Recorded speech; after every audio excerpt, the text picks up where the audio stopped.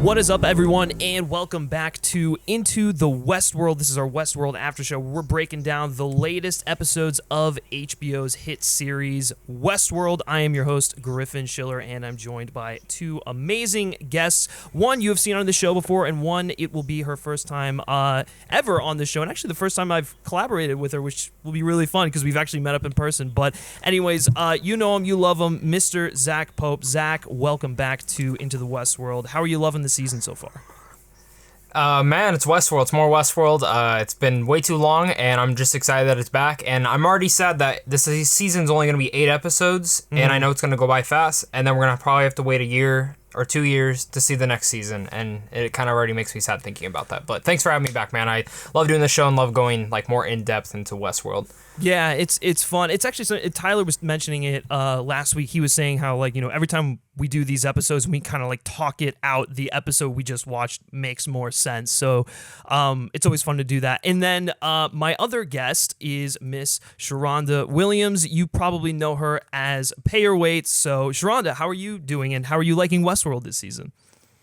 I am doing just fantastic in my quarantine life. I'm loving Westworld so far. Loving Westworld, loving the set designs, loving the costume design. It's absolutely beautiful this third season so far.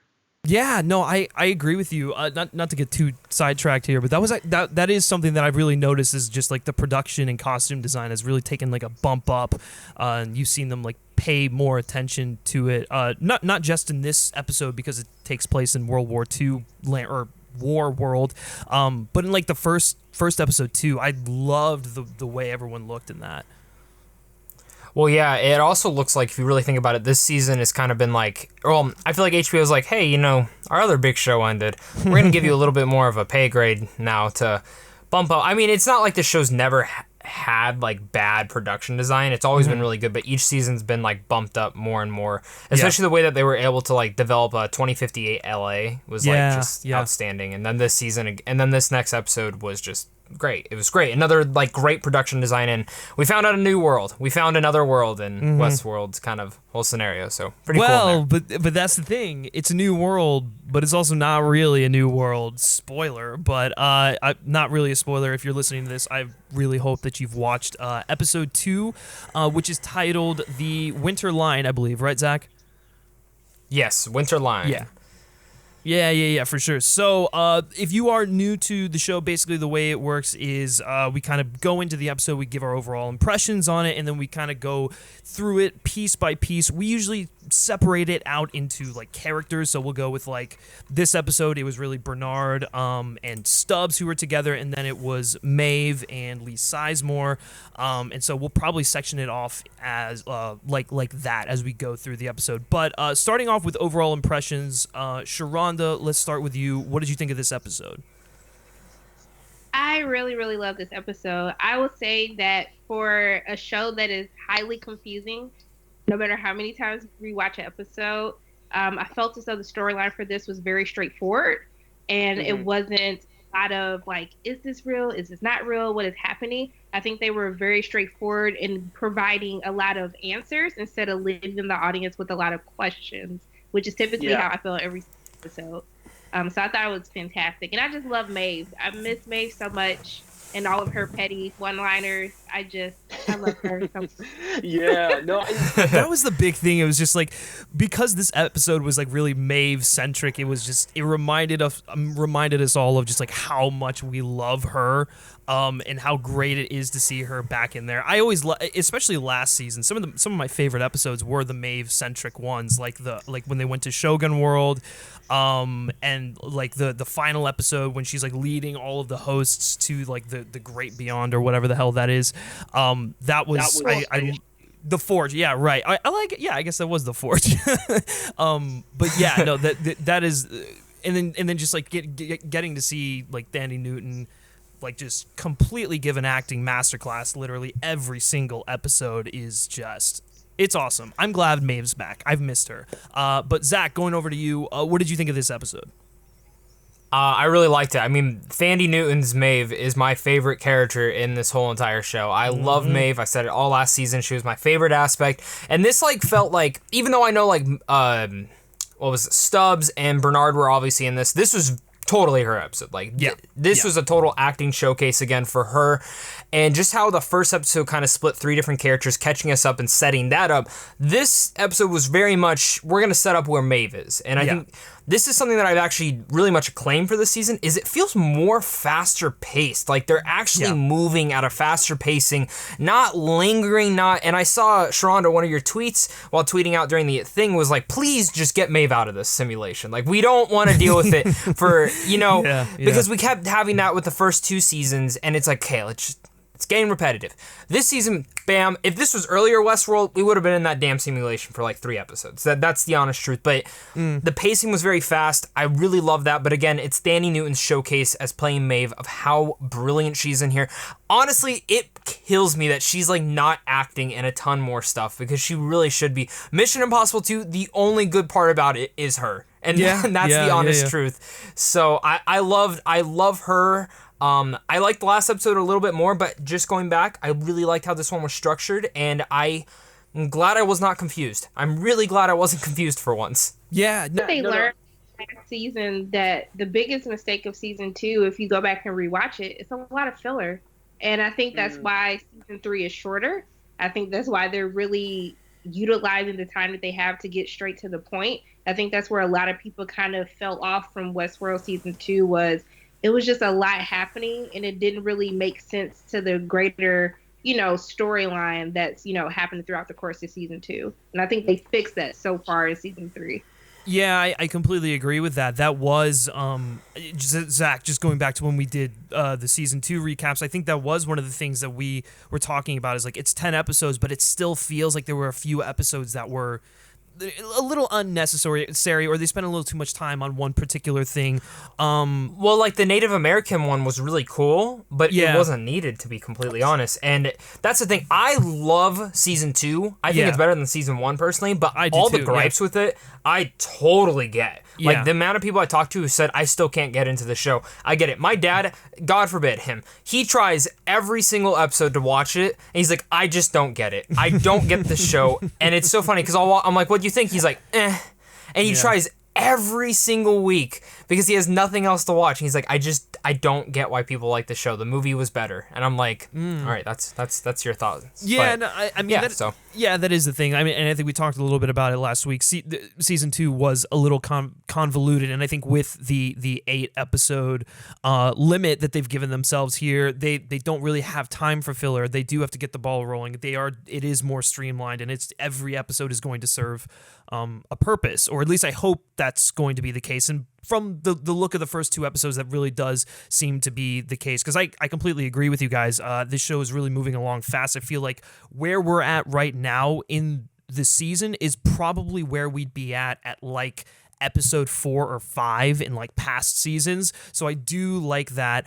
Yeah, no, I mean, like, you're right. It was cool seeing the world war. I was glad that they were out of it.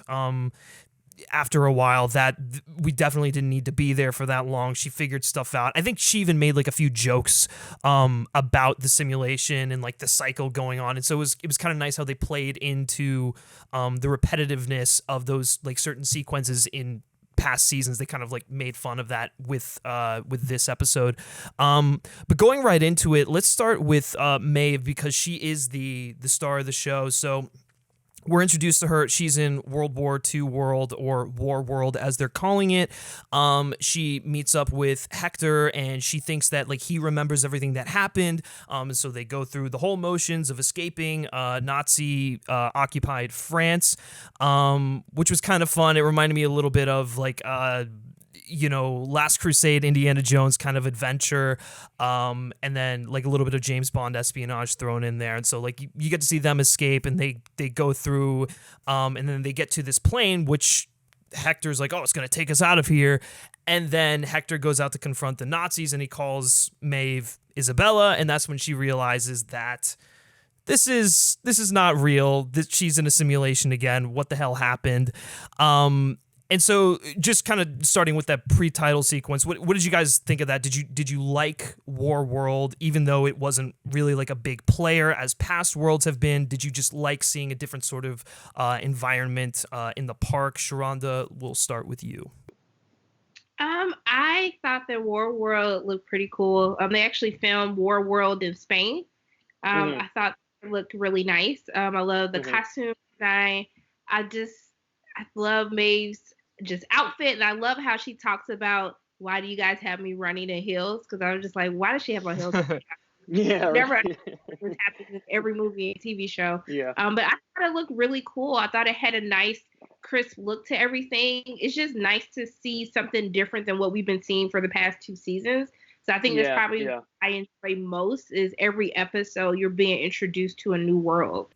Yeah, no, for sure. Well, and that was one of the things that I liked about it. It was kind of refreshing to go because the past episode was so different and so centered on like the real world in 2058 Los Angeles. It was kind of fun to go back into like what made this show what it was, I guess, when it first started, and exploring the different worlds and going through the motions and all that stuff. But they quickly kind of discard that as we go through the episode. But Zach, what did you like? Did you like this pre-titled sequence, and what were your thoughts on War World? Yeah, so I really like these like opening title sequences being like 12, 15 minutes and kind of just like easing us into the episode. Really like that.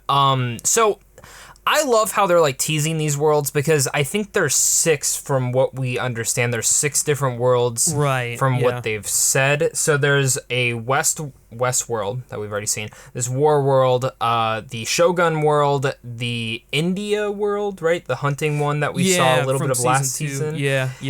The Westeros world that I guess we'll talk about later. And then so, you know, it's very curious and cool, like just going into these different scenarios. But there's one thing, and it's a nitpick and it's not. The thing about Westworld is I don't think there's ever been a character death and then that person did not come back in some capacity.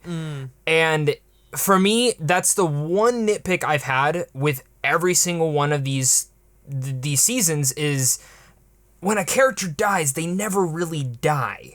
And it's cool to see how the actors can play off. It's kind of like what Altered Carbon did, is being able to like re-sleeve and have the different skins and stuff. And the actors are able to do different performances or get different actors. So it's cool in that part, but that's my one thing is that like when I saw Hector, I'm like, oh, Hector. Oh, okay, no, he's dead, but he's back again. So well, what I was going to say, but in a way, like, and this is something that happens later on in the episode, but in a way it was kind of like, it was kind of like her like saying goodbye to him, right? Because like she realizes that and I like that. Yeah, it's like I guess I think more of my gripe goes towards Stubs, to be honest, when we get to that. I think like I'm like, really? Like he's a robot? Okay, cool. Like But we were speculating we theorized it. We theorized that. Yeah.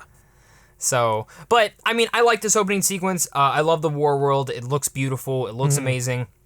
Feels that adventure aspect, and it felt like one of the earlier sequences in the original Westworld when you're still trying to get a grip on what is this show all about and the different dynamics of it. And I really like it, and I'm curious to see how this all plays into. Again, this is very much just a setup for Maeve and just Thandie Newton being able to act her ass off. Yeah, for sure. Yeah, well, and then basically from there, what Maeve's story arc the entire episode is she wakes up and she sees, oh God, what are their names? I wrote it down. It's Fitz and Felix and Sylvester. So the two scientists that like help she like captured or whatnot. So she wakes up and she sees those two guys, and they don't even recognize her, and that's like the first red flag that something's off. And then she when they should when they should, and then she goes. She's gonna lobotomize herself because she's sick of what's going on and blah blah blah blah blah. And then Lee Sizemore walks in, and we're all like, okay, what the hell? This guy's dead. How is he alive? Obviously, if you watch through the episode, you realize that he is in fact dead, but for the time being, we're like, okay, how the hell did he survive getting shot 1,000,000 times? And so she then teams up with Lee, who tells her that she was placed in War World because it's close to the Forge, and that's going to let her get back to her daughter, which we know she still wants to get back to. That's like the big driving force for her character. So, and really throughout the entire season, I think it's going to be, she's going to grapple with what does she have to do to get back to her? Does she have to help out Vincent Cassell's character and go against Dolores, or does she have to befriend Dolores. And so that to me is going to be something interesting that's explored throughout the season. What do you guys think about that? I like the fact that this season is really gearing up to this battle between Maeve and Dolores. I think that's what everyone has been wanting to see since the beginning of time. How we get there, I don't necessarily know, but I kind of like where everything is playing out. I'm sure because Serrat said that when she wakes again, that she'll understand their interests are aligned. I don't know how he's going to position her daughter in all of this, because that's really her only motive force behind doing anything that she wants to do. But it'll be interesting to see how that plays out. But I'm actually more interested in seeing the Forge and where everyone, like where all of the hosts went. Like, what is the Forge actually, having us see it? I'm actually more excited for that. I don't know if we'll necessarily get there. I feel like they'll end on a cliffhanger, like once they reach the Forge. Yeah. Zach, what about you? Do you guys think do you guys think we'll actually see the showdown this season? So this is kind of what I'm thinking. Because they don't have a fourth season planned, and because I don't think Jonathan Nolan and Lisa Joy thought that they would get this far. I originally read somewhere that they had 5 seasons planned, but I don't know if that's actually true. That's what I thought too. I thought they said 5 seasons. Yeah, like when the show first started. But I'm starting to think that maybe this might be the last season. Like, I don't know. Everything feels like, they're converging on each other. Like, what the hell is going to happen? Is it going to end with them, like, about to meet each other? I just found an article Lisa Joy says season 4 will be the last if they make one. Okay, so there's one more season. So season 4 is going to be Dolores versus Maeve. So this is going to be the build up to that. Season 4 is going to be the showdown. That makes sense to me. Yeah, so from what I'm reading in this real fast is just in general that Lisa Joy said that they planned 5, but they're more going down to 4 now, which I actually think is an HBO thing. I think HBO made them go 8. I think HBO actually made them go 8. Yeah, I think a lot of the criticism from the last 2 seasons. So what I'm reading is that they did go down to 4, but I guess what they're talking about is Westworld could get spinoffs. For the other worlds and other characters down the road or going back into the past. And that's something that more of something HBO would want. But it is pretty much they have season 4 planned, and that's really all they have. They could go to 5, who all knows, but like you were saying, I'm excited to see this showdown. The only thing I'm really looking to see is it actually going to be like a Terminator type of John Wick thing? Because I mean, for me, I would love to see Maeve and Dolores go fucking at it. But the way the action sequences really play out in this show are very stylized and very cool. Like that first one that we saw in the first episode with Dolores killing those guys. It all took place from the car, but it was so unique because you see the front camera view and what's going on in front of the car as well. And the way that they play it off, I don't think they'll actually have a showdown, to be honest. No, I think something else will be intertwined. It doesn't feel like Westworld I mean, don't get me wrong, if it actually does happen, I'll fucking love it, but I don't see it happening in that way. I think it'll be more of a ideology type of showdown. I actually think by the end of this, I still think Maeve, like I don't think she really has beef with Dolores overall. All she wants is her kid. So for me, I could see in a sense her kind of teaming up with Dolores. What if Dolores is like, what if I can give you this? Dolores could. I mean, she has everything kind of in her pockets right now besides this mysterious guy that they show us at the end of the episode. Right. Well, and doesn't she know the coordinates of where the Forge is? Yeah, I was just about to say that.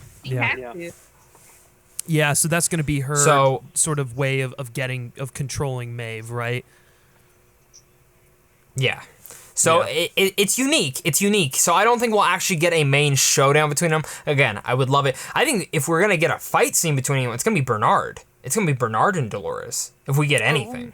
Yeah, for sure, because she's still definitely, like, messing with his head, which is why he had to, like, plug into the tablet, because he wanted to see if, like, she'd corrupt anything in his system, which he was looking for, which we'll get to that in a second, but finishing off with Maeve and whatnot. So she goes off with Lee, who's telling her all this stuff that isn't true, because guess what? She's in a simulation, and she, I think, discovers that Dolores is the one who, like, like destroyed the forge or whatever, or like put all of the hosts into the forge and stuff like that. But Lee is actually not a host. He is part of a simulation, and then Maeve figures this out and tries to crash the simulation in order to get out, which she eventually does, and she gets into this robot, which is actually pretty cool, the way she kind of hacks into there, and then she grabs like her pearl. Kind of reminded me of Chappie. The good it was elements of Chappie. Yeah, a little bit. And actually, there's so much of this season that's reminding me of Watch Dogs, like specifically the hacking, right? And there was a lot of that in the first episode, but like in this episode, it was more the hacking. But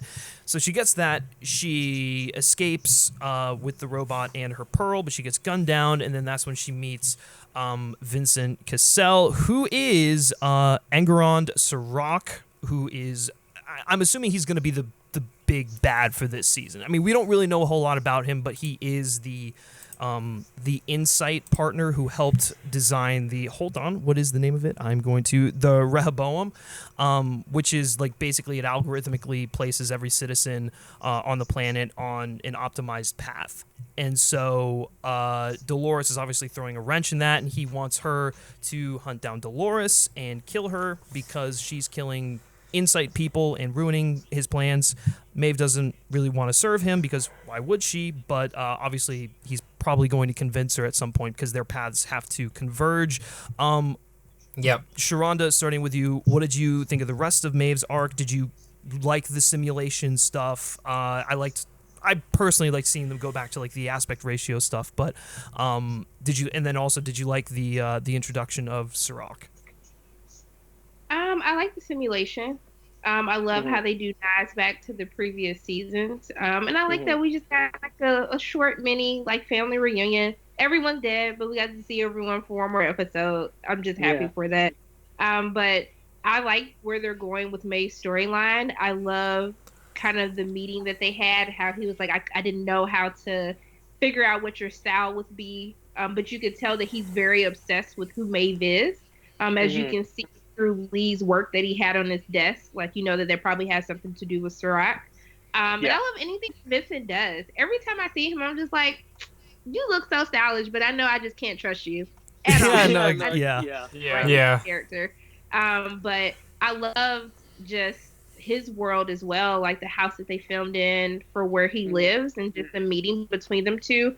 And then his connection, I guess he has a connection to Liam. He's probably the one who locked Liam out of Insight. That would be that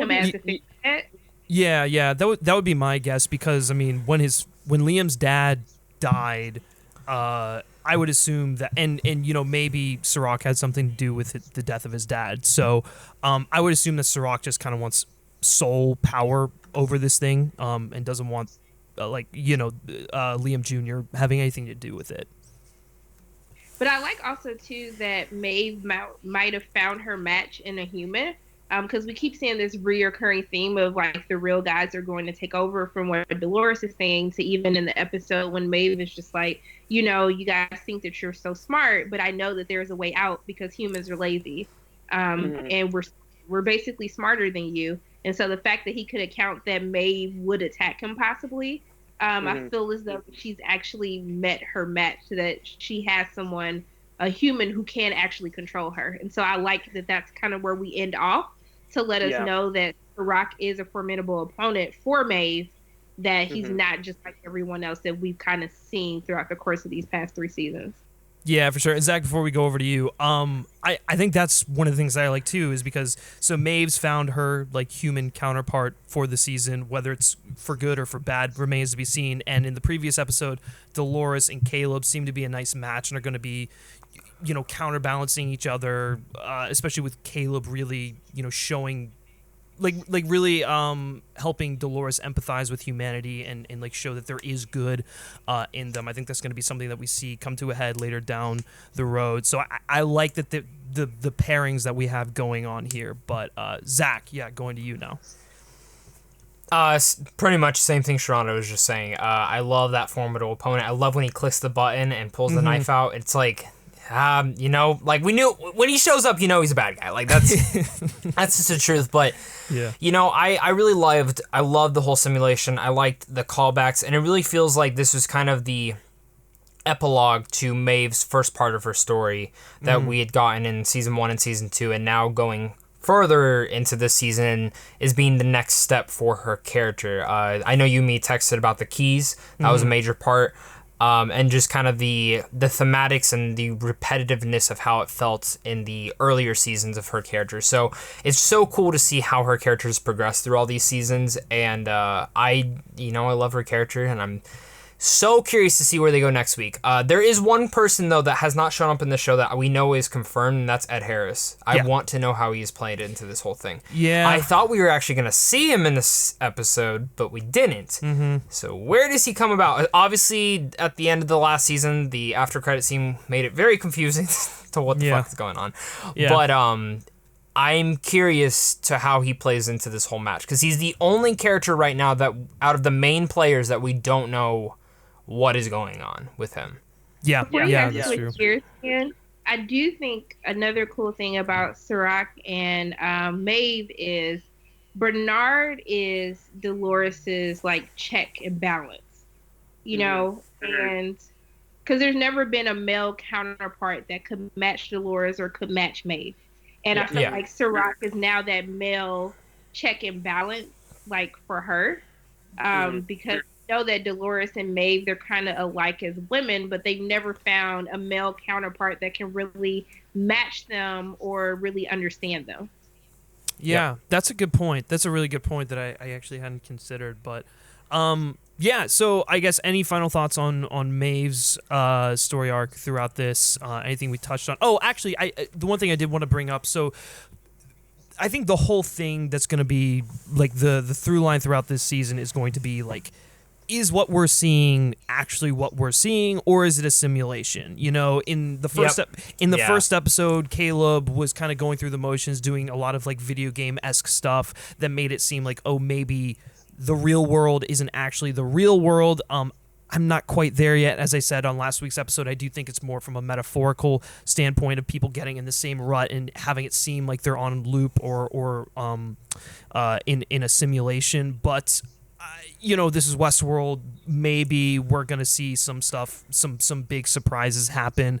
There's always one big twist. There's always one big twist. Yeah, exactly. And what you were saying, that's actually what I wanted to bring to this week, since I didn't get to be on it last week's. Right. I think they're gonna do something like that. There's always that one big thing that goes, oh shit. And we see Dolores messing around with that simulation type stuff, or in the opening shot of her scene.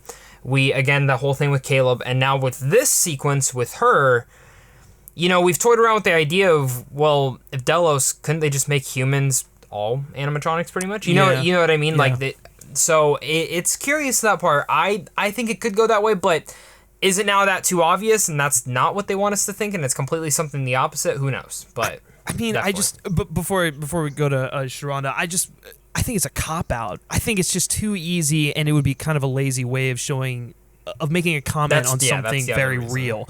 But yeah, Sharronda, what are your thoughts on this? I really don't know. I find that we will learn that answer through Caleb's storyline and really understanding who he is. I think Caleb's backstory is actually what confuses me the most about the show. And I really don't know how they're going to wrap that up in 6 more episodes, especially when we see the interaction with him and his mother. And she's like, you're not my son. And how he says, like, I've been shot through the head before. Like, someone's already done that. So I feel like that I love Caleb. I love Caleb. Might not be human. I don't know. I feel like Caleb may be a host. And maybe that's why they have this connection, him and Dolores. But I think that his will be the storyline to watch to really try to determine what's real and what's not. And also, too, I feel like Charlotte has a lot to play in that as well, because we still don't know who's actually inhabiting Charlotte, because it's not her. But I think those are the 2 storylines to really watch out for, to really try to understand what's real, what isn't, or what necessarily the big twist of the season will be. Yeah. Who do you guys think is in Charlotte's body? I I think it's Dolores. See, that's what I mean, have we seen them together yet? Right. That's kind of what I'm thinking. I'm thinking something like that, where like maybe Dolores like split her personality, split like the Wyatt personality from the Dolores personality, and the Wyatt personality is inside Dolores's body, and Dolores, the good part of her, is in Hale, which is why, when she starts seeing that she has a life outside of Delos and all this stuff, and running a company, and she has a kid and whatnot, that's going to help bring some humanity to her. And something that was brought up on last week's episode of the recap show, we were talking about maybe that, like the Hale personality and whoever is inside Hale's head is going to kind of converge and become like a new person per se. But that's I don't know. That is something that fascinates me. I think that might be where they're headed in next week's episode, or if not next week, then episode 4. It's moving at a pacing that we're going to get more answers than we would expect within the next episode. I love Caleb, though, off the off chance. I love Aaron Paul. I'm so happy he's in the show, and I'm just literally, like, in love with his character already. I can't wait to see more. Yes, it is very confusing, but I think that's Westworld's point. They can't ever give it... Well, aside from this episode, they can't ever really just give it to us. But okay, so let's move on over to Bernard and Stubs. So Bernard heads back to Westworld to find someone, that someone being Maeve, in order to stop Dolores and everything that's going on with her. He gets to the island, he goes into like the basement, he finds a whole bunch of Bernard clones, and then from there, he finds Stubs, who is basically glitching in like a corner. He tried to kill himself because he doesn't have a purpose anymore.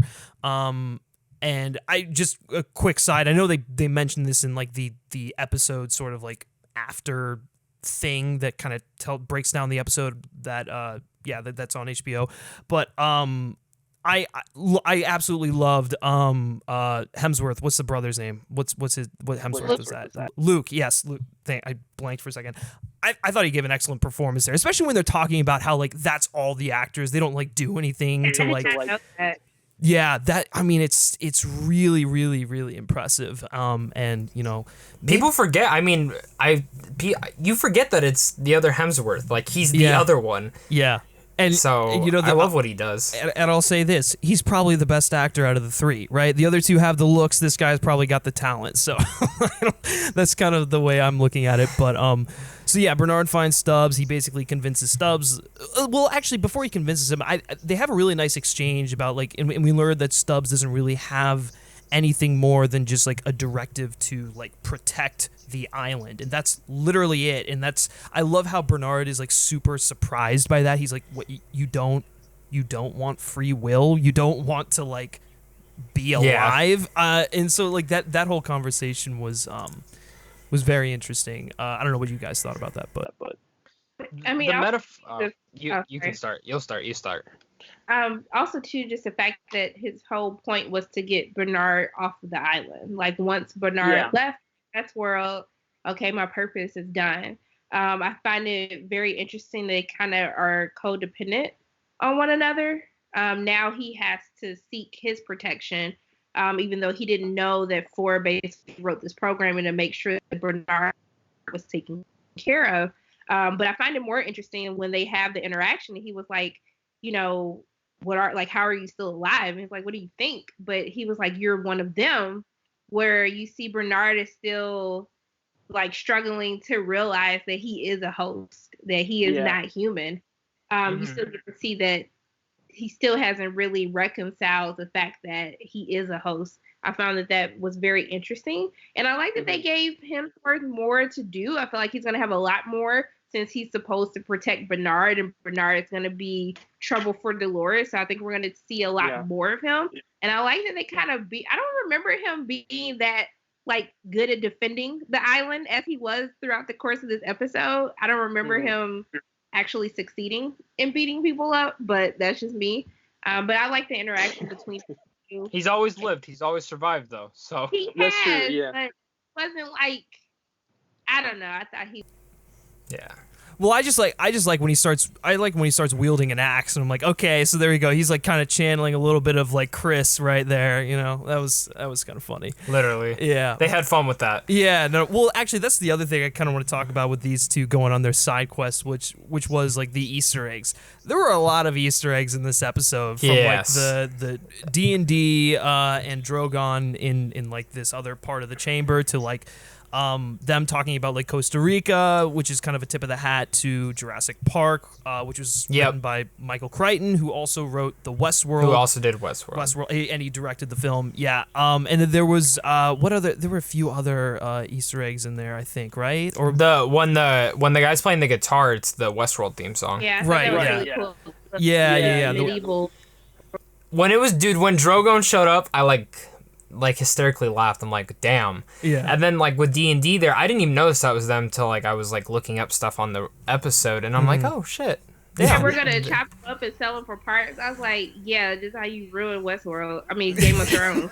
Yeah. Yeah. Literally, like, and you know what's funny? Like this season, even though it's paced faster, it's still done better so far than Game of Thrones. Where Game of Thrones was just completely paced crappy in the last 2 seasons. Didn't know what the fuck they were doing, and I didn't mind the Easter eggs though. It didn't take me out of it. I thought they were a nice tip of the hat to the whole HBO type of universe. You know, maybe Game of Thrones actually took place in Westworld.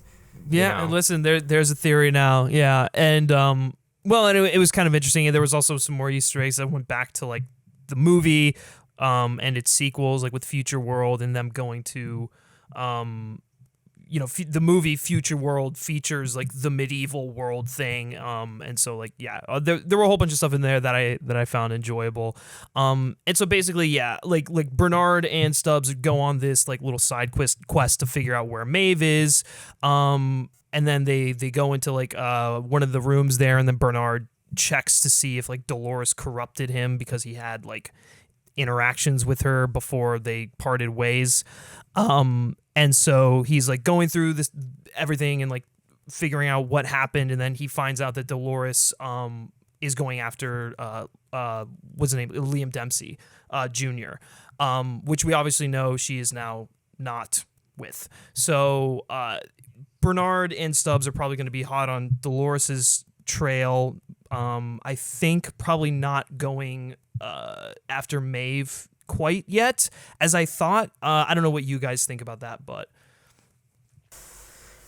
I think that's where the Man in Black's going to come into play. I think they're going to run into Ed Harris. I think that's how he's going to get intertwined within this story, because it looks like Maeve is in LA now, and they're not even close to that at all.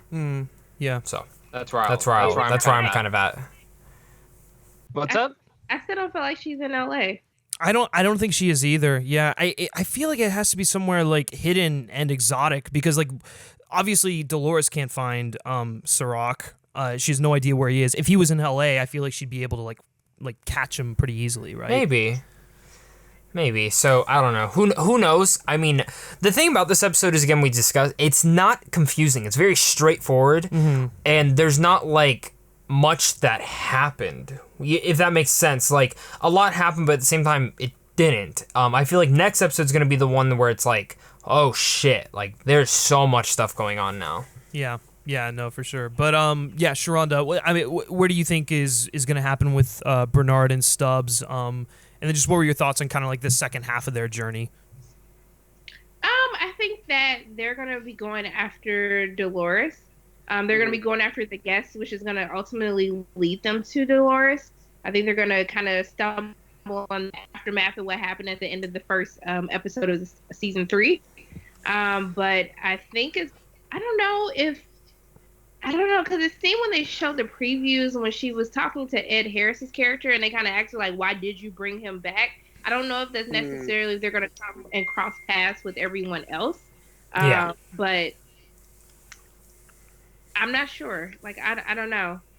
Yeah. It's weird because he's on this path to find Maeve, and then he totally gets sidetracked. Like, well, I'm going to go find Dolores now since I have you Stubs. Like, forget Maeve. Yeah, that was one of the weird... That did strike me as being a little odd. I mean, I guess because he found a direct way to get to Dolores, maybe that's why he, like, forgot Maeve or whatever, but like she's like the only one who can really defeat Dolores. So yeah, I don't know. That was kind of an interesting thing that happened there, but I'm curious to see. Well, and we didn't really see Bernard switch personalities like he did in the first episode. No. So like I still have no idea what's going on with that either. So as Well, per They have a usual, lot to do. They have a lot to talk to about. find him though. Now that I think about it, he doesn't have to look for Maeve because if Serrat is sending Maeve after Dolores, she's gonna cross paths with Bernard regardless. Yeah, I guess that's true. Right, but they don't know that Maeve is with Serrat right now. So right. I don't know. Everyone's gonna cross paths at some point in time, but as per usual, no one really knows what the hell is going on with Bernard. Everything that surrounds this character is a mystery, and I really just want him to find peace. I want him to find peace, and I want him to stop being a pawn in everyone's game. I feel so bad for him all the time. It's literally, I think honestly, by the whole time the show ends, I think he's the one that comes out on top. And out of all these characters, he'll be the one that gets the happy ending. I'm being serious, dude. Like, he has to have some peaceful type of ending where he's just like farming Bernard in the beginning of the season. Yeah. I just want that. Like, just give him that. It looked very peaceful for him. Yeah, no, for sure. Really random, but what if Teddy was in Charlotte's head? See, I thought that Dolores put Teddy in like I forget the guy's name, the like British henchman that she killed at the end of the first episode. I thought she put Teddy in him because he's gonna be like her bodyguard or whatever, or like her like person that she sends to kill people, and that's who Teddy was in Westworld. Yeah, but he wasn't about that life, and that's why she kind of got rid of him. Yeah, I don't know. That would be really interesting if Teddy was in Hale, because there's a lot that they could do with that. Yeah. Yeah. Mm-hmm. What do you think, Zach? I mean, it's intriguing. It could be anyone, to be honest. I mean, it could be anyone that has ever been in the show at this point. I mean, it could be. If they want to go crazy, just do Anthony Hopkins, man. Yeah, just do Anthony Hopkins. Are we gonna see him this season? I'm missing him. I want to see him. I don't think we do. You think he's done? Yeah. I'm done. I gave you guys like a whole season and a half. Like, let me be. Yeah. Straight up. No, you guys are probably right. Wait. Hey, remember last season how I wanted to see the dragon? We actually saw a dragon. Like every episode they kept mentioning a dragon. I'm like, I want this dragon. Yeah. And it fucking finally showed up. That's actually really funny. Yes. I completely forgot about that. Holy crap, they actually I just remembered it because I was like, what was it? Yeah, they actually did. That's so funny. Okay, so before we close this out, guys, any final thoughts on the episodes or on the episode? Sharronda, starting with you. No, if they can keep the episodes like this where we get more questions answered instead of being left with questions, I think that it'll be a great season. I don't know how they're gonna wrap all of this up in 6 episodes. It's a lot. I mean, you just introduced 4 characters, 5, 6 characters last week. So yeah. I don't know how they're about to do this, but go ahead, go for it. But I like this episode. I mean, anything with Maeve, sign me up. That's the episode. I can't wait to see what Vince's character does as Serrat. I think he's very, very interesting, and I can't wait to learn next episode, hopefully. Yeah, for sure. Zach, how about you? Yeah. I'm super curious. Again, you mentioned there's so many characters and there's so much less time in this show to like. So I mean, the best way is to pair everyone up. That way, everyone kind of gets their storylines.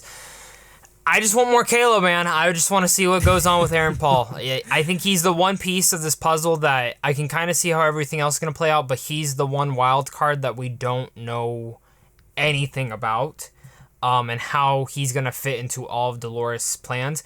I'm really hoping he doesn't die.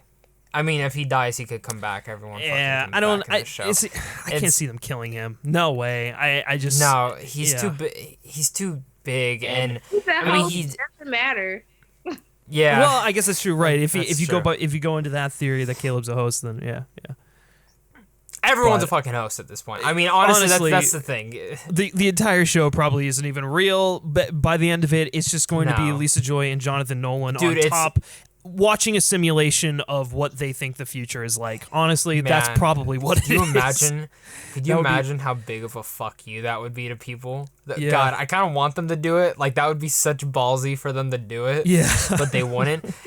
What if this is like a Matrix prequel? You know, think about it. I mean, HBO's owned by Warner Brothers. They could do it, man. Now we're just going off They on could do it, but crazy tangents. Yeah. oh, straight up. But I know I'm looking forward to what the rest of the season is gonna bring. By the way, I was also looking at the rest of the article while you guys are talking. So if we were to get another season, which we should be, it won't be till 2022. Yeah. Due to the fact that Lisa Joy and Nolan also now have a deal with Amazon, and they're creating shows for Amazon now. Yeah. And that's why this season took so long. It's because they're doing stuff for them right now. And yeah, yeah. so Damn. that's cool, you know. Well, there you have it, Whatever. guys. More mysteries to solve. We're not even close to being finished here, but we're on our way. So thank you both, Zach and Sharronda, for joining me. Sharronda, starting with you, where can everyone find you on the internet? You can find me at YouTube on Pairweight or pairweight.com, and all social handles Pairweight. Boom. There you go. And Zach, where can everyone find you? Just type in Zach Pope on YouTube, that pops up, or at Pope the King on Twitter. I love tweeting out stuff and tweeting while I'm in quarantine because there's nothing else I can possibly do but do that and play video games. Honestly, Because now I have more time on my hands than I probably had in the last 3 years, which is really weird. Like I've been playing so many damn video games, and I have not done that since I was probably like 10 or 12. Like it's kind of weird. It kind of feels weird, but I'm Yeah. all for it, man. I'm all for it, and I can't wait to watch more Westworld. I'll probably just be sitting in my bed tonight thinking, damn, how is this gonna end? Where's this gonna go? Yeah, no, for sure. It'll leave you pondering for the rest of, until the next episode. But as always, guys, let us know your thoughts and opinions down in the comments section below. Obviously, if you like this video, be sure to like it, share it with your Westworld loving fans, and subscribe to this channel. Not only do that, but also subscribe to the podcast feed if you want to listen to audio-only versions of Into the Westworld, and leave us a rating and a review. That always helps out the show. You can always find FilmSpeak on Facebook, on Twitter, simply by searching FilmSpeak. And if you like me in particular and you like what I have to say, you can give me a follow on Twitter at Griff Schiller. All right, that's going to do it for this recap show, and we'll catch you next week. Take care.